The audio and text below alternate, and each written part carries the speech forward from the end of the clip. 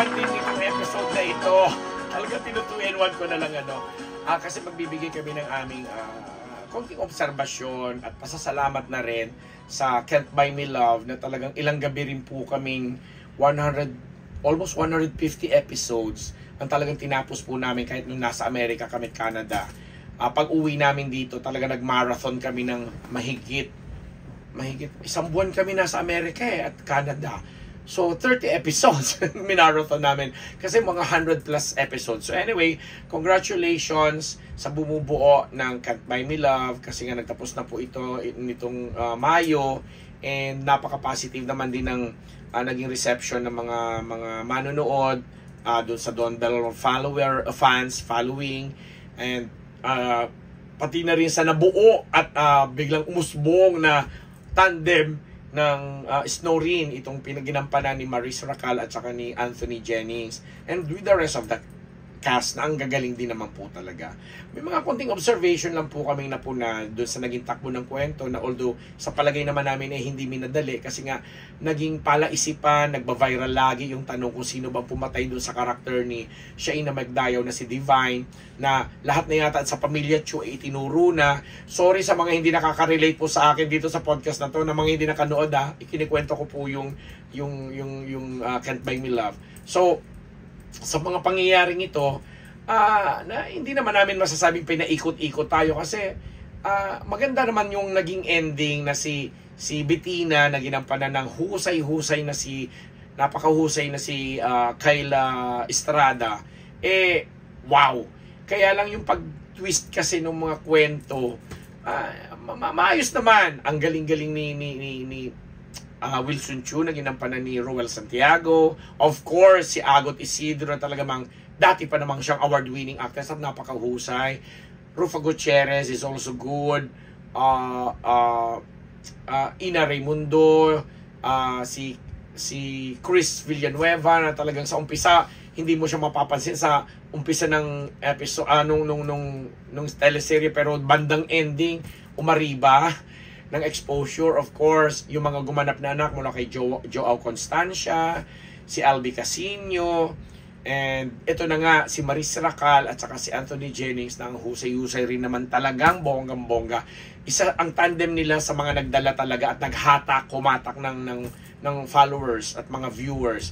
Of course, si Tita Nova Villa, si Ketchup Eusebio, pati na yung tropa nila Donnie doon sa grupo nila na sina Vivory at marami pang ibang kasama nila. O di ba? Ang saya lang kasi naging very successful yung outing nung Can't Buy Me Love. Though sabi nga natin, talaga namang pagdating sa storytelling, minsan talaga lumalaylay lalo na pagpapatapos na.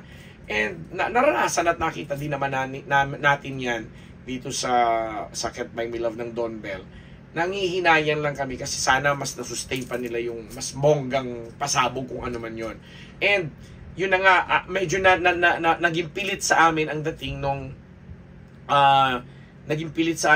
nung parang nandun na sila sa Batanes na pinupush yung love team nung Don Bell na alam mo yung pinakita via mga ano tawag natin dito, yung mga bucket list na gusto nilang matapos sa gitna ng mga pag-iimbestiga kung sino ba talaga ang killer or what, o sino man may kaugnayan sa pagpatay. But anyway, it ended well, mahusay, nakakakilig pa rin naman at hindi naman din siya lumayo doon sa hinahanap ng karamihan na love conquers all series na mga teleserye natin sa Pilipinas. So congratulations, and ang balita namin ang susunod na uli na gagawin ng Don Bell ay movie.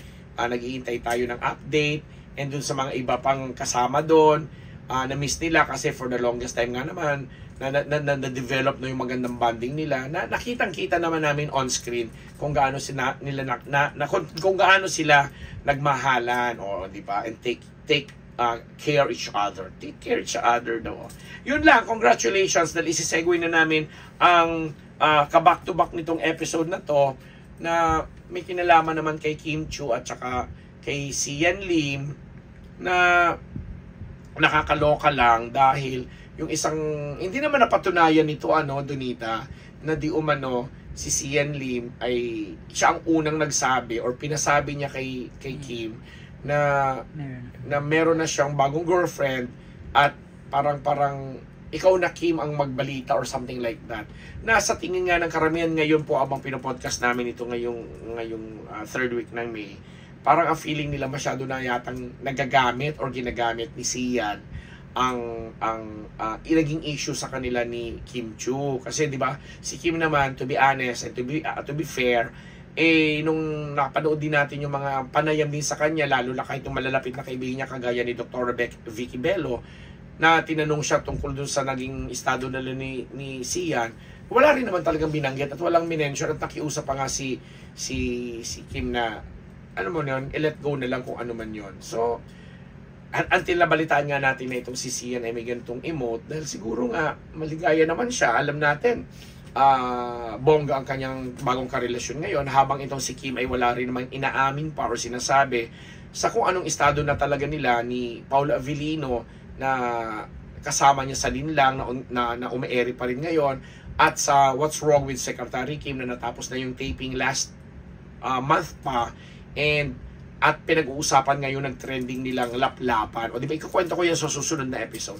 But anyway, yun lang, kasi naging sentro ng issue na to, yun nga si Sian, parang kung sakali man daw na totoo yung ginawa niya yun or sinabi niya, although again, sabi namin hindi po yan kumpirmado, walang nag-confirm, pero maraming nagsasabi na may kakayahan nga daw si Sian na parang sabihin yun kay Kim na ikaw na magbalita o ikaw na mag-anunsyo na meron na akong bagong girlfriend.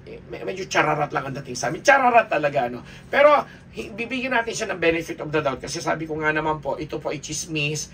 Hindi rin naman kumpirmado kung totoong sinabi nga ito ni Sian or totoong ipinakiusap niya na gawin ni Sian pag may mga nagtanong na sa kanila nung time na talaga namang gusto na sigurong i-announce si Sian na meron na siyang bagong girlfriend sa katauhan ng isang nangangalang Irish Lee. Di ba? Tama ba ako? Lee? Tama? Oo. Anyway, yun lang mga katibang Betaball. Ako ang inyong lingkod, Papa Ambera Balambet Nabos. Maraming salamat sa lahat pa rin pong patuloy na sumusuporta po sa aming munting channel. Thank you very much. At sa mga sponsors po namin na hindi rin po kami iniiwanan, kahit medyo ngarag na ngarag pa rin po ako, at eto, pinipilit pong bigyan po kayo ng kaunting, ano tawag natin to, kaunting kasiyahan sa mga napupulot po naming mga showbiz chika inside and out. Ako, nagpapasalamat ulit. Thank you.